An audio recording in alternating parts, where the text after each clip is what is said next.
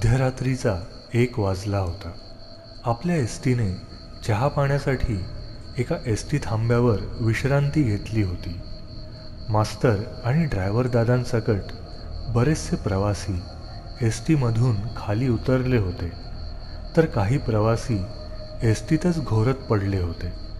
हा थांबा ग्रामीण भागात असल्याने थांब्याच्या आजूबाजूला वाढलेलं गवत आणि झाडीचा एक संमिश्र गंध वातावरणात पसरला होता. एसटी थांबा सोडला तर लांब लांबपर्यंत शुकशुकाट आणि काळोख पसरला होता. इतक्यात मास्तर एसटीमध्ये आले आणि मास्तरांनी एसटीची घंटी मारली आणि सगळे प्रवासी पुन्हा एसटीमध्ये आले. तसे शंतनू आणि प्रदीप हे 2 तिशीतले मित्रही एसटीमध्ये शिरले आणि जागेवर जाऊन बसले. एसटी सुरू झाली आणि एसटीने तो थांबा सोडला. एसटी मजल दरमजल करू लागली आणि प्रवास सुरू झाला.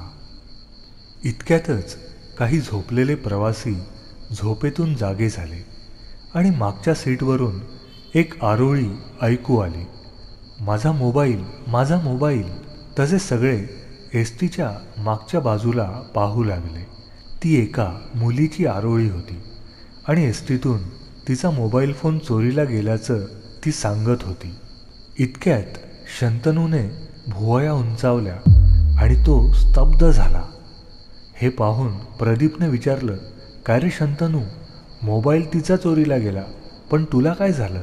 तसा शंतनू म्हणाला, असं वाटलं हे आधी पण केव्हा तरी पाहिलं आहे, म्हणजे असं आधी पण कधीतरी घडून गेलेलं आहे असं काहीशी जाणीव झाली, पण कधी ते नेमकं आठवत नाही.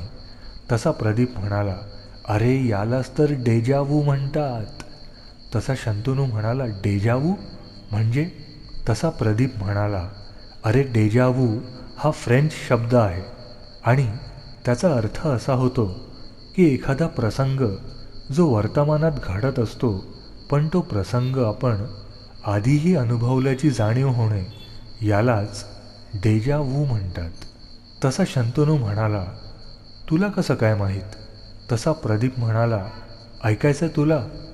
तसा शंतनू हो म्हणाला आणि प्रदीप सांगू लागला.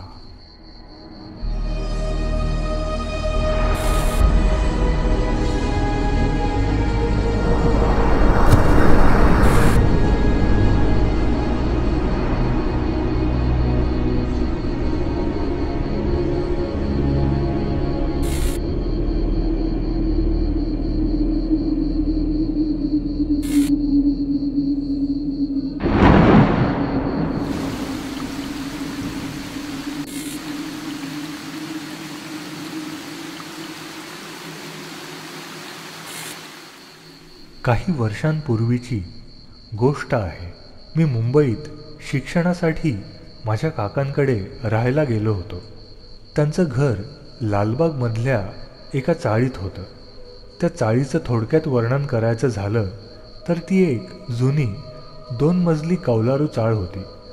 चाळीला रुंद लाकडी जिने होते, ज्यांच्या लाकडी पायऱ्या लोकांच्या चालण्याने मध्यभागी खोलगट झालेल्या होत्या आणि त्या लाकडी पायऱ्यांवर पुढच्या बाजूला ॲल्युमिनियमच्या पट्ट्या मारलेल्या होत्या. कदाचित 70-80 वर्ष जुनी अशी ती चाळ होती. त्या दिवशी संध्याकाळी चाळीच्या गच्चीत चाळीच्या पुनर्विकासाबद्दल म्हणजेच रिडेव्हलपमेंटबद्दल मीटिंग होती. माझे काका पण त्या मीटिंगला गेले होते. मीटिंग बराच वेळ सुरू होती. मीटिंग संपल्यावर काका घरी आले आणि म्हणाले, प्रदीप, उद्या जरा माझ्याबरोबर चल, आपल्याला भोईवाड्यात जायचं आहे. मी म्हटलं, भोईवाड्यात? ते कशाला?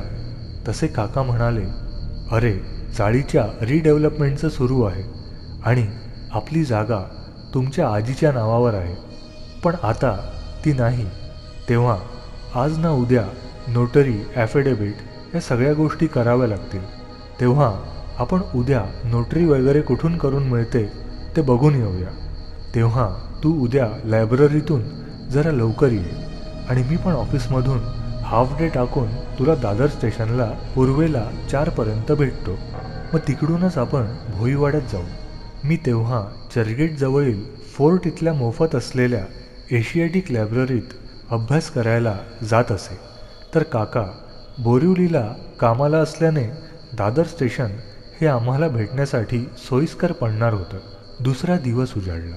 मी ठरल्याप्रमाणे 3:30च्या सुमारास लायब्ररीतून निघालो आणि 4:15पर्यंत दादर स्टेशनला पोहोचलो. पण काकांचा कुठेच पत्ता नव्हता. शेवटी 5 वाजता काका स्टेशनात आले. बाजूच्याच एका टपरीवर आम्ही वडापाव खाऊन घेतला आणि काकांनी स्टेशन बाहेरच्या सायकल स्टँडला लावलेली त्यांची सायकल काढली आणि आम्ही डबल सीट भोईवाड्यात जायला निघालो. भोईवाड्यात पोहोचेपर्यंत आम्हाला अजून 20-25 मिनिटं गेली आणि तिथे गेल्यावर समजलं की नोटरी करणारे 6पर्यंतच असतात आणि स्टॅम्प पेपर वितरकही लवकर खिडकी बंद करतात. काकांनी घड्याळ पाहिलं तर आम्ही 6:15ला तिथे पोहोचलो होतो.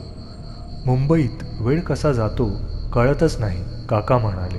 मी म्हटलं, म्हणजे आजचा वेळ फुकट? तसे काका म्हणाले, नाही फुकट नाही. चल, आता इथे आलोच आहे तर इथेच आपले एक ओळखीचे गृहस्थ राहतात.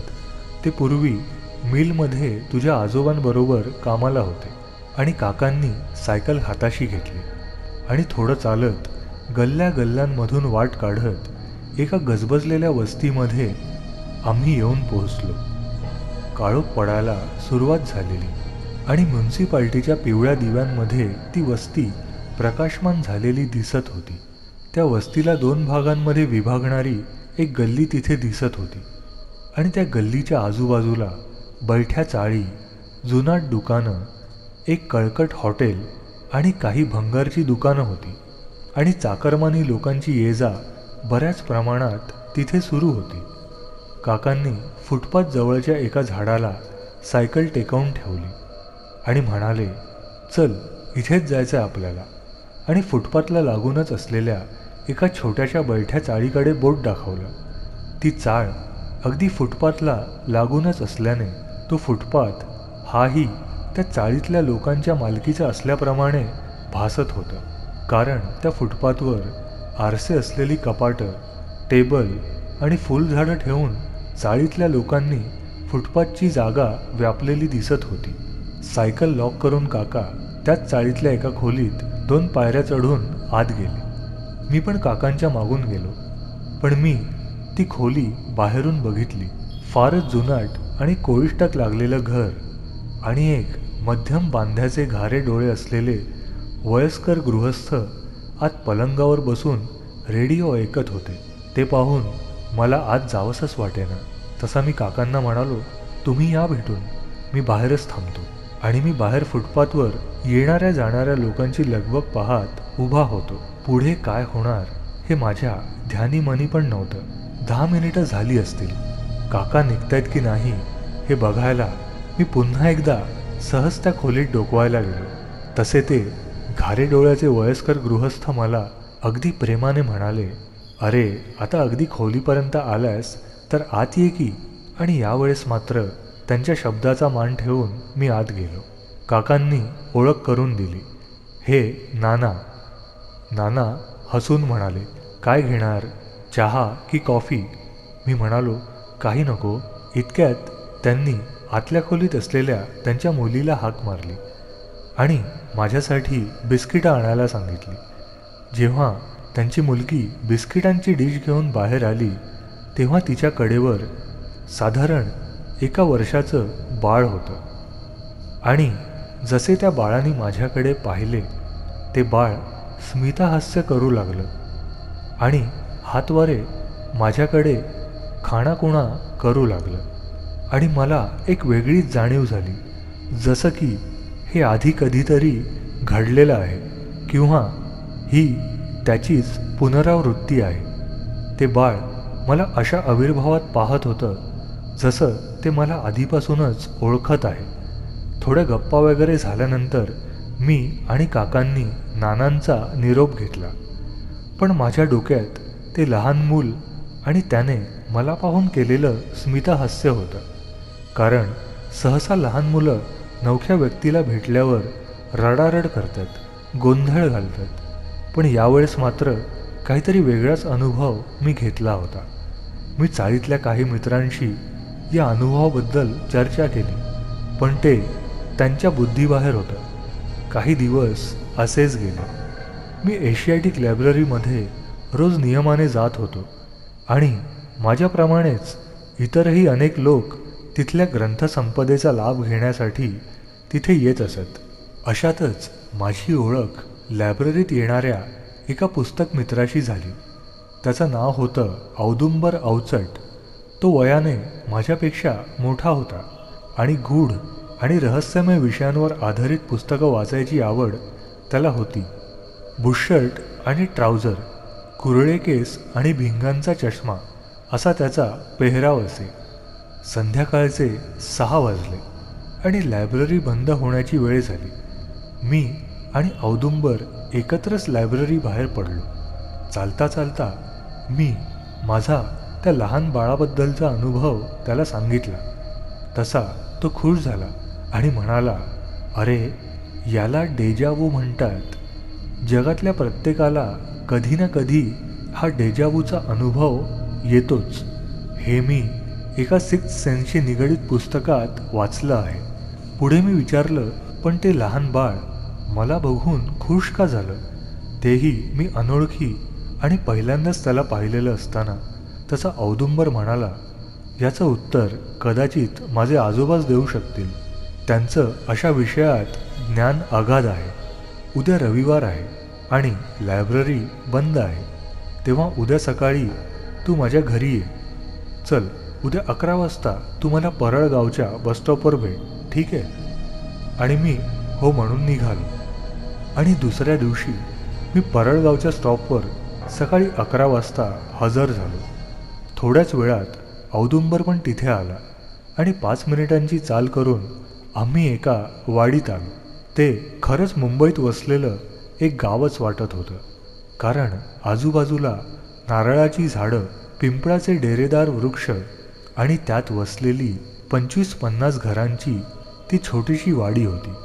मध्येच कोंबडीची पिल्लं अधूनमधून पळताना दिसत होती. थोडी चढण चढून आम्ही अखेर औदुंबरच्या घरापाशी आलो. वाडीच्या वरच्या भागात त्याचं घर होतं आणि घराबाहेरील बाकड्यावर एक फार वृद्ध गृहस्थ बसलेले होते. औदुंबरने थोड्या उंच स्वरात त्यांना सांगितलं, "आबा, हा माझा मित्र प्रदीप. मी काल सांगितलेलं ना येणार आहे म्हणून." तसे आजोबांनी एक स्मितहास्य केलं.